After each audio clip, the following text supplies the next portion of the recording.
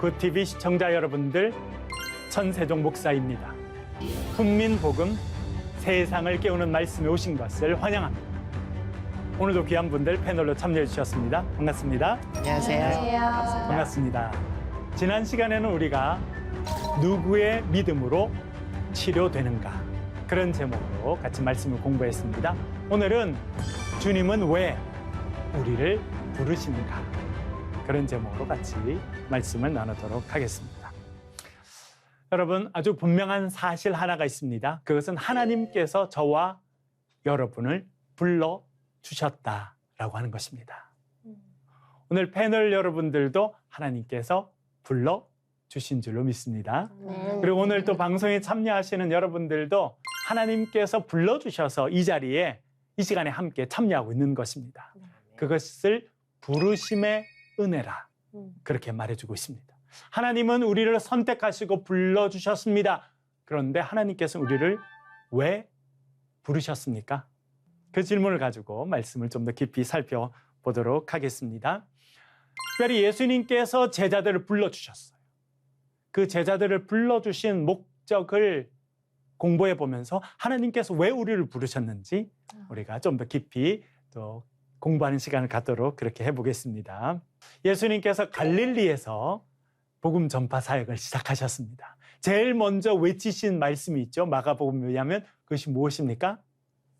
때가 찼고 하나님 나라가 가까이 왔으니 회개하고 복음을 믿으라. 그것이 마가복음에 의하면 예수님께서 선포하신 첫 번째 선포고 첫 번째 설교의 내용이었어요. 하나님 나라가 이 땅 가운데 왔다는 것을 외치셨습니다. 그리고 예수님의 사역은 한마디로 말씀드리면 하나님 나라의 사역이었습니다. 근데 예수님께서 혼자 하셨습니까? 제자들을 부르셨습니까?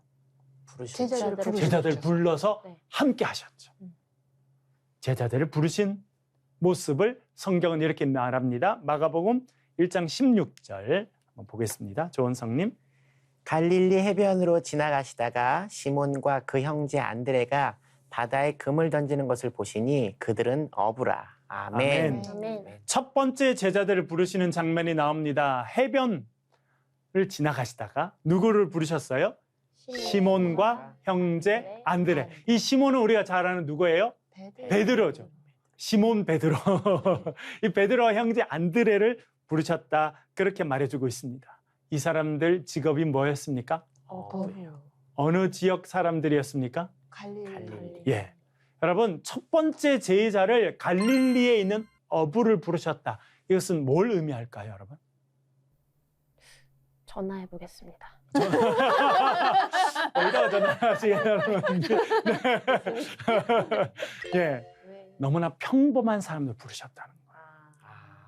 해변에서 흔히 볼 수 있는. 그렇죠. 특별할 게 없는 너무나 평범한 사람들. 어떻게 보면 그 사회 기준으로서는 조금 부족한 면이 있는 사람들을 부르셨다는 거예요. 그 당시 이스라엘의 중심지, 수도는 어디입니까? 예루살렘이죠. 다윗이 예루살렘 성을 차지한 이후에 이 다윗 성, 예루살렘 성은 다윗 성이라 불렸고요. 그리고 지금까지 이스라엘의 가장 중요한 수도입니다. 중심지. 갈릴리는요? 시골이네요. 시골이죠. 변방에 멀리 떨어져 있어. 그런데 그저 시골 정도가 아니라 그 당시 사람들이 상당히 낮게 평가하는 그런 지역이었다는 거예요. 그것은 구약시대 때부터 그런 모습이 있었는데요. 이사야 선지자가 이렇게 알려줍니다. 이사야 9장 1절 한번 읽어볼게요. 장혜원님. 전에 고통받던 자들에게는 흑암이 없으리로다. 옛적에는 여호와께서 스불론 땅과 납달리 땅에 땅이 멸시를 당하게 하셨더니 후에는 해변길과 요단 저쪽 이방의 갈릴리를 영화롭게 하셨느니라. 아멘. 이사야 선지자가 갈릴리를 어떻게 표현합니까? 제일 뒤에 보면 해변길과, 해변길이라는 표현이 나오죠. 그리고 요단 저쪽 이방의 갈릴리. 갈릴리라고 뭐라고 불렀어요? 이방의 갈릴리. 무슨 의미일까요? 우리에게 속하지 않은. 우리에게 속하지 않은, 그렇죠? 네. 이방 사람들에게 속한 것 같은 유대인들은 유대 중심적이었습니다. 이방인들을 상당히 낮게 취급했는데 갈릴리를 뭐라 부릅니까? 이방 땅과 같은 갈릴리다. 그렇게 이야기했다는 것입니다. 이게 두 가지 중요한 표현이 나오는데 하나는 해변길이라는 것이고 이방의 갈릴리라고 하는 이야기를 해주고 있습니다. 저 궁금한데요. 진짜 네. 이방 땅이었던 거 아니고 이방 땅처럼 취급했다는 그렇죠. 거죠? 예. 그러니까 그 표현이 멸시를 주장. 그렇죠. 멸시 아주 낮게 생각한 거. 왜냐하면 금방 나오는 해변길이라는 단어가 나왔죠. 해변길. 예, 그 당시 메소포타미아 지역, 지금 이라크 지역에서부터 이집트까지 이르는 국제 도로가 있었어요. 그 중에 하나가 뭐였냐면 해변길이었습니다. 비아 마리스라고 하는 비아 마리스라고 불려졌던 그 옛날에 국제 도로였어요. 국제 고속도로. 그게 해변길이었는데 그것이 메소포타미아 그 전에는 바벨론이 있던 곳에서부터 이제 또 다른 중심지인 이집트로 가게 되는데 그 길이 어디를 지나게 되는지 제가 그림에 잠깐 소개했는데 해변길이라고 제가 써놨죠. 그 파란색으로 화살표를 해놨습니다. 네. 이렇게 지나요. 핫솔이라고 하는 곳을 지나게 되고 거기서 남쪽으로 내려와서 이 길이 어디를 통과하게 되냐면 가버나움을 통과합니다. 갈릴리 북쪽에 있었던 가버나움, 예수님께서 주로 거주하셨던 가버나움을 지나서 밑으로 내려가서 이집트까지 연결됩니다. 그러니까 이 국제도로 수많은 사람들이 무역을 하고 여행을 하고 다니는 이 길이 해변길이었는데 그 해변길이 어디를 통과한다는 겁니까? 갈릴리. 그중에 특별히 가버나움. 그러니까 여러분 가버나움에 가면 외국인들이 먼 길을 걸었고 왔다가 또 여기 바닷가고 하니까 경치도 있고 잠도 자고 밥도 먹고 교류도 하고 그래서 예전부터 이방 사람들이 늘 왕래하고 왔다 갔다 하는 곳이었어. 항구 도시처럼. 예, 항구 도시는 아니었지만 마치 그처럼 많은 사람들이 왜 국제 도로가 네네. 해변길이라고 하는 국제 도로가 지나가고 있었어. 그래서 이 중앙에 있는 이 예루살렘 사람들은 보면 이 갈릴리 마음에 안 들어. 이방 사람들 왔다 갔다 하고 말이야. 이방인들 다 받아주고 그 사람들과 밥도 나눠 먹고 말이야. 이방 우리나라지만 우리나라 아니야. 이방의 갈릴리나 마찬가지야. 갈릴리는 상당히 낮게 평가받는 그런 곳이었다라고 하는 것을 알게 됩니다. 문화가 섞여 있는 거를 천대한 거예요. 그렇죠. 요즘 같으면 더 발달하고 막 그렇지. 좋아할 텐데. 그런데 유대인들은요 섞이는 걸 싫어하잖아요. 네. 예, 그것을 이방인들이 같이 있는 것을 부정하다고 말해요. 더럽힌다고 생각하는 거예요. 그래서 이 땅은 이방인들이 왔다 갔다 하는 지역, 우리와는 수준이 다른 지역이라고 하는 의미로 이방의 갈릴리라 그렇게 불렀다는 거예요. 그런데 여러분, 예수님은 어디서 공생의 사역을 시작하십니까? 갈릴리에서. 어디서 제자들을 부르셔요? 갈릴리. 네.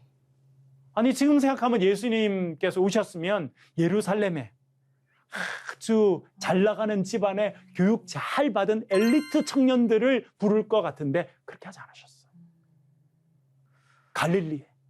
그것도 갈릴리 지역에서도 교육을 별로 받지 못한 서민들이었던 어부들을 부르신 거예요. 왜 그렇게 하셨을까요? 하나님 나라를 이루어 가시는 방식이 그렇다는 거예요. 그것을 정확하게 깨달았던 사람이 사도 바울인데요. 그는 고린도 전서 1장에서 이렇게 말합니다. 강윤지님. 네. 그러나 하나님께서 세상에 미련한 것들을 택하사 지혜 있는 자들을 부끄럽게 하려 하시고 세상에 약한 것들을 택하사 강한 것들을 부끄럽게 하려 하시며 하나님께서 세상에 천한 것들과 멸시받는 것들과 없는 것들을 택하사 있는 것들을 폐하려 하시나니 이는 아무 육체도 하나님 앞에서 자랑하지 못하게 하려 하심이라. 아멘. 아멘. 아멘. 하나님께서 누굴 택하셨다는 거예요? 세상에 미련하다고 평가받는 사람을 선택하셔서 세상에 지혜롭다라고 하는 사람을 부끄럽게 하신다는 겁니다. 세상에 약한 사람들을 택해서 강한 사람들을 부끄럽게 하신다는 거예요. 그리고 세상에 천시받는 사람들, 그렇죠? 옛날부터 지금도 있죠. 천시받는 사람들, 멸시받는 사람들, 없는 사람들을 택해서 있는 사람들을 부끄럽게 하시고 그들의 자랑과 교만을 무너뜨리신다는 거예요. 왜 그렇게 하시냐면 아무 육체도 하나님 앞에서 자랑하지 못하게 하려고. 여러분, 구원은요 전적으로 받는 은혜예요. 은혜의 결과예요. 우리는 자격을 갖추지 못했지만 복음을 듣게 하시고 믿음을 주시고 구원을 받게 하십니다. 우리 누구도요 자랑할 수가 없어요. 자랑해도 안 됩니다. 그리고 하나님께서 이 땅에 이루시는 일은요 없는 자들을 들으셔서 있는 자들을 부끄럽게 하시는 거예요. 그래서 이 하나님의 말씀이 복음이 되는 겁니다. 기쁜 소식이 되는 거예요. 많은 사람들이 희망을 주는 그런 말씀이 되는 것입니다. 이런 하나님의 역사를 이루어 가신 분이 예수 그리스도시거든요. 그래서 예수님은 전략적으로 제자들을 어디서 선택하신다는 거예요? 갈릴리에서. 그 당시의 중심, 학문의 중심, 종교의 중심, 엘리트들이 모여있던 곳이 아니고 그 사람들이 생각하는 이방 땅이라고 생각했다. 그 갈릴리에서 그것도 어부들을 하나님의 나라의 일꾼으로 부르셨다. 라고 하는 것은 대단히 중요한 복음의 메시지라 우리가 그렇게 이해해 볼 수 있겠습니다. 이렇게 어부들을 제자들 부르셨어요. 왜 부르셨습니까? 뭐 하시려고요? 가르치시죠. 네. 그리고 이렇게 말씀하시는데요. 우리 1장 17절 한번 읽어볼게요. 조원상님. 예수께서 이르시되 나를 따라오라 내가 너희로 사람을 낚는 어부가 되게 하리라 하시니 아멘. 많이 들어봤죠? 네. 내가 너희를 뭘로 만든다고요? 사람을 사람을 낚는 어부. 원래 이 사람들이 뭘 낚는 사람이었어요? 물고기. 그러니까 낚는 거 잘해요. 그렇죠? 이렇게 낚고 그물로 올리고 하는 거 잘해요. 그러니까 예수님께서 딱 말씀하셔요. 물고기가 아니라 이제 누굴 잡는다고요? 사람을 낚는 어부가 된. 목표만 싹 바꾸면 그렇죠. 되겠네요. 지금 똑같아요. 그렇죠. 하나님 같아요. 대상만 달라졌어요. 이제 물고기가 아니라 죄에 빠져 있는, 낙심 가운데 있는 그 사람들을 건지는 일을 한다는 거예요. 사람들을 구원하는 생명 사역을 하는 사람들로 불러주셨다. 그렇게 말씀해 주고 있습니다. 이렇게 예수님께서는 제자들을 불러주시고 하나님께서는 또한 예수 그리스도를 통해서 저와 여러분을 불러주셨는데요. 우리를 부르신 목적을 조금 더 살펴볼게요. 제자들을 불러주신 목적을 살펴보면서요. 예수님께서 12제자를 부르셨는데 그게 대해서 이렇게 말합니다. 3장 13절 한번 읽어볼게요. 장혜원님. 또 산에 오르사 자기가 원하는 자들을 부르시니 나아온지라. 아멘. 아멘. 예수님께서 제자를 부르셨는데요. 왜 부르셨냐면 첫 번째 우리를 원하시기 때문에 부르셨다. 그렇죠? 뭐라고 말합니까? 자기가 원하는 자들을 부르셨다는 거예요. 그러니까 여러분 여기 패널로 오신 분들 오늘 또 시청자 여러분들도 하나님께서 우리를 불러주셨는데 우리를 왜 불러주셨다는 겁니까? 하나님이 원하시는 사람. 하나님이 우리를 원하시기 때문에. 원하다라고 번역된 헬라어는 셀로라고 하는 단어인데요. 셀로. 원하다라고 하는 뜻입니다. I want. 내가 원한다. 그런데 그것이 좀 더 확장돼서 어떤 의미를 갖고 있냐면 내가 기뻐한다. 내가 사랑한다. 그런 의미를 갖고 있어요. 그래요. 예. 그래서 주님께서 우리를 왜 원하신다는 거예요? 우리를 사랑하시기 때문에. 우리를 기뻐하시기 때문에. 그래서 우리를 불러주셨다는 거예요. 여러분, 예수 그리스도 안에서 하나님을 부르심 받으셨습니까? 네. 그러면 너무나 분명한 사건이 있어요. 그건 뭐냐면 하나님이 여러분을 기뻐하신다는 거예요. 하나님이 여러분을 사랑하신다는 거예요. 그래서 불러주셨다는 거예요. 세상 사람들이 여러분을 뭐라고 평가하는지 아무 상관이 없습니다. 중요한 것은 하나님이 여러분을 원하신다는 거고 기뻐하신다는 거고 그래서 불러주셨다라고 하는 것입니다. 이것이 복음의 소식입니다. 또한 이렇게 말씀하시는데요. 우리 14절 읽어볼게요. 강윤지님. 이에 12를 세우셨으니 이는 자기와 함께 있게 하시고 또 보내사 전도도 하며. 아멘. 예수님께서 원하시는 자를 부르셨죠. 그런데 몇 명을 불러서 제자로 세웠다고 말씀하십니까? 12. 왜 12이에요? 12지파? 그렇죠. 예. 12지파가 생각나죠? 야곱의 12아들. 12지파가 됩니다. 이스라엘은 12지파예요. 11지파가 돼도 안 되고 13지파가 돼도 안 되고 12지파. 뭘 의미하냐면 12는요. 하나님의 백성을 상징하는 숫자예요. 음. 그래서 예수님 몇 명을 부르십니까? 12명. 왜 12명을 부르셨을까요? 온 백성. 온 백성 온 세상에. 예, 하나님의 은혜가 전해지는데 네. 이제는 하나님께서 12명의 사람을 통해서 새로운 하나님의 백성들을 선택하셨다는 거예요. 아. 이전에는 이스라엘 백성들이 하나님의 선택받은 하나님의 백성이었습니다. 그래서 12지파로 대표가 되었죠. 그런데 이제 예수 그리스도를 통해서 하나님께 새로운 일을 하세요. 그건 뭐냐면 새로운 하나님의 백성을 불러주신다라고 하는 의미입니다. 이방인을 포함하는. 이방인을 포함하죠. 네. 중요한 말씀해 주셨는데요. 여러분 12지파, 이스라엘 12지파로 상정되는 구약에 있어서 하나님의 백성이 되려고 그러면 조건이 있었습니다. 뭐였습니까? 유대인이에요. 유대인이어야 되죠. 네. 인종적으로 유대인이 한국 사람 안 됩니다. 안 되죠. 그렇죠. 피는요? 누구 피를 받아야 돼요? 다윗의 아브라함의 예. 피가 섞여 있어야 돼요. 그렇죠. 아브라함의 피가. 피가 중요해요.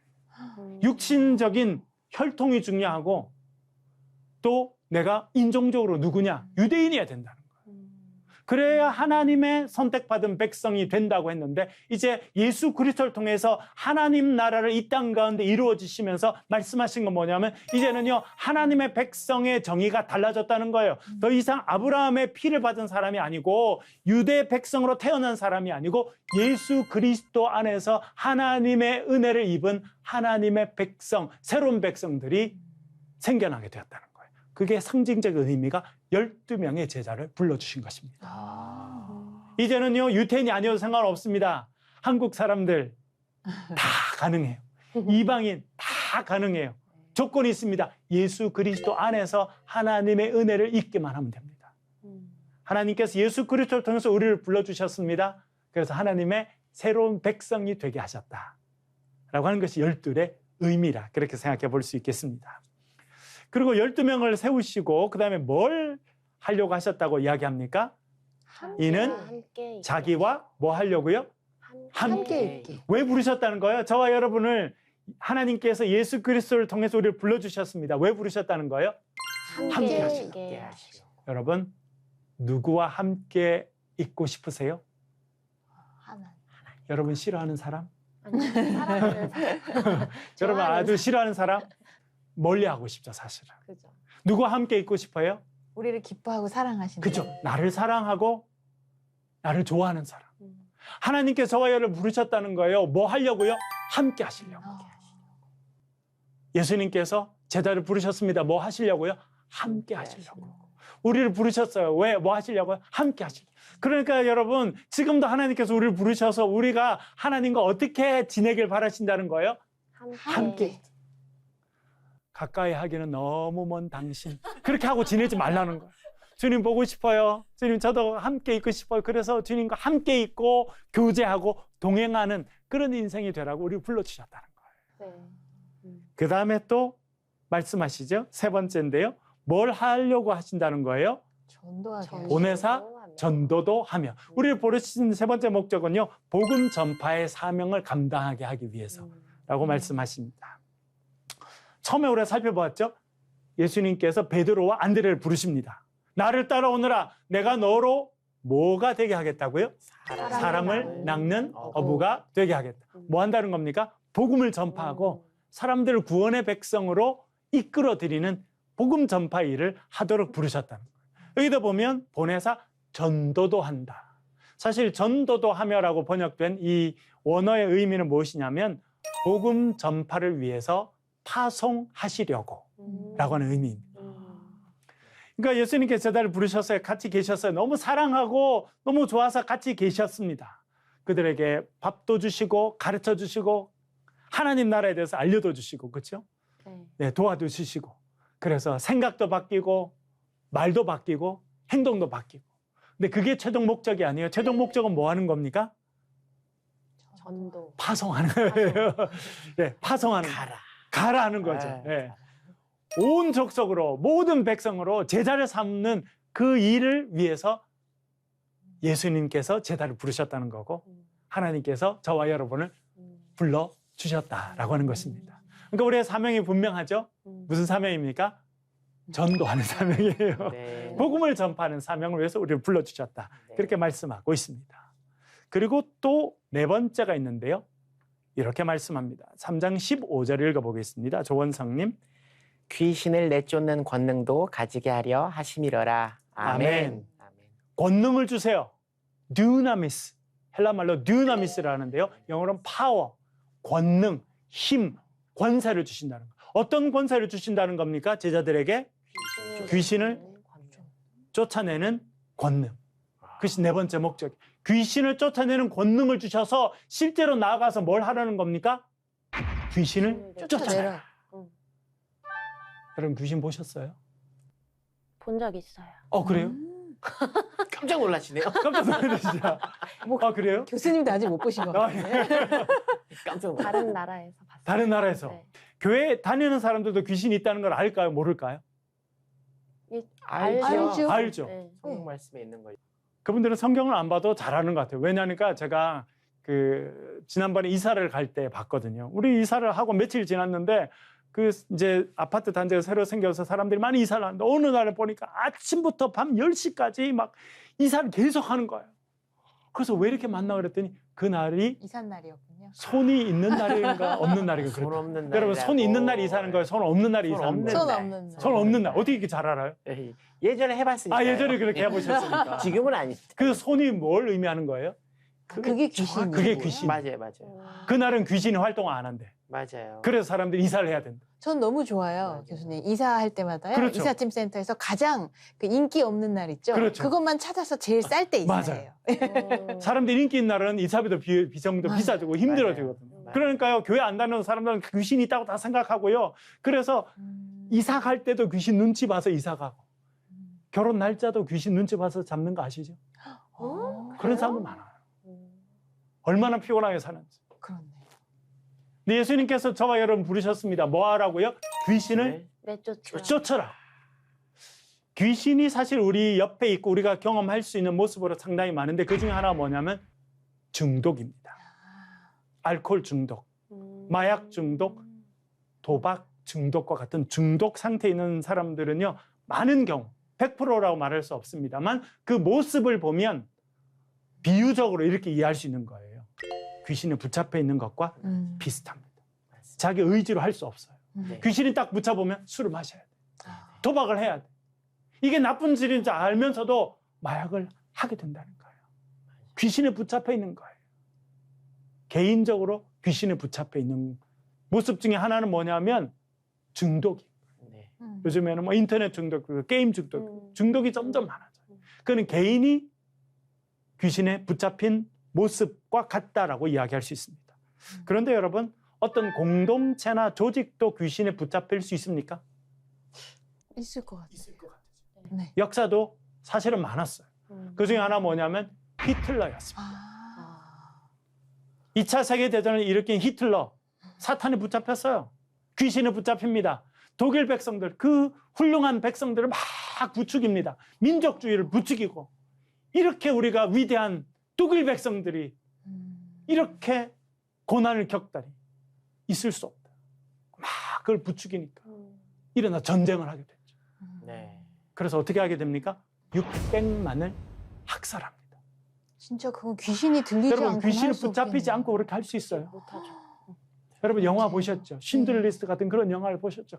정말 인간이 생각할 수 있는 그 방법, 그 이상의 짓을 하는 것은요, 귀신에 붙잡힌 거예요. 한 공동체도, 심지어 한 나라도 귀신에 붙잡혀서 처참한 일을 할 수 있는 거거든요. 우리를 불러주신 이유가 뭐라는 겁니까? 귀신을 쫓아내라. 귀신에 붙잡혀 있는 사람들에게 가서 예수 그리스도의 이름을 귀신을 쫓아내고 그들을 해방시키라는 겁니다. 어떤 공동체나 조직이나 심지어 어떤 나라도 귀신에 붙잡힐 수 있어요. 그들에게 가서 귀신에 들었으니 정신 차려라. 하나님의 말씀을 듣고 귀신에 붙잡혀 사는 인생이 아니라 하나님의 복음을 듣고 하나님 나라의 자유를 누리는 인생이 되라 선포하고 그걸 이루는 일을 위해서 저와 여러분을 불러주셨다라고 하는 것입니다. 아멘. 이것이 하나님께서 예수 그리스도 안에서 우리를 불러주신 목적입니다. 오늘 여기까지 공부를 하겠는데 혹시 네. 질문 있으시면 질문 부탁드립니다. 뭐 다른 나라에서 네. 그 귀신을 봤을 때는 어. 제가 기독교인이 아직 아니었었어요. 많이 놀랬겠네요. 네, 많이 놀라가지고 집에도 들어가기 싫고 막 이랬는데 그때 제가 크리스찬이었다면 네. 내쫓지 않았을까? 어. 지금 아는 방법으로 그러네요, 조금 진짜. 안타깝긴 하네요. 네. 아, 그런 생각은 했어요. 네, 아. 오늘 때 뭐 무서우시고 그죠? 많이 무서워서 네. 부적도 붙이고 그렇군요. 네. 그랬던 생각이 과거에 제가 잠깐 생각이 났어요. 네. 지금은 정말 예수님 이름으로 탁 선포할 네, 텐데요. 얼- 그죠? 얼마나 간단 명료하게 네, 그러게 말입니다. 확실하게 할 수 있는데 네. 귀신을 저희는- 쫓아낼 수 있는 네. 그런 권한을 저에게 권위를 우리에게 주셨다. 주셨으니까. 네네네. 예, 감사합니다. 오늘은 주님은 왜 우리를 부르시는가라고 하는 제목으로 같이 말씀을 살펴보았습니다. 다음 시간에는 100배의 결실을 얻으려면 그런 제목으로 같이 말씀을 공부하도록 하겠습니다. 오늘 함께해 주셔서 감사합니다. 수고하셨습니다. 고맙습니다. 감사합니다. 감사합니다.